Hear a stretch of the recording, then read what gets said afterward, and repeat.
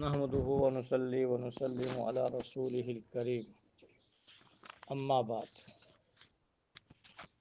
آج الحمدللہ ہمارا 20واں سبق ہے اور 20ویں دعا ہے۔ یہ دعا دیکھنے میں بہت آسان اور مختصر ہے، لیکن اہمیت کے اعتبار سے بہت بڑی ہوئی ہے۔ دعا کیا ہے؟ جب چھینکنے والا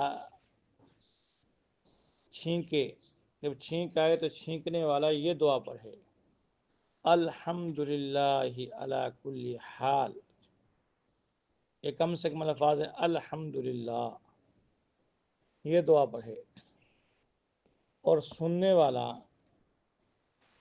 کہے یرحمک اللہ، پھر چھینکنے والا آگے سے یہ کہے یہدیکم اللہ ویصلح بالکم۔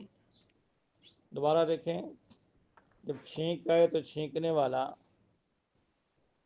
یہ دعا پڑھے: الحمدللہ علی کل حال، کہ ہر حال میں اللہ کا شکر ہے۔ اور سننے والا کہے یرحمک اللہ، اللہ آپ پر رحم کرے۔ پھر چھینکنے والا آگے سے اس کو یہ دعا دے: یہدیکم اللہ ویصلح بالکم، اللہ تمہیں ہدایت دے اور تمہارے حالات کو درست کر دے۔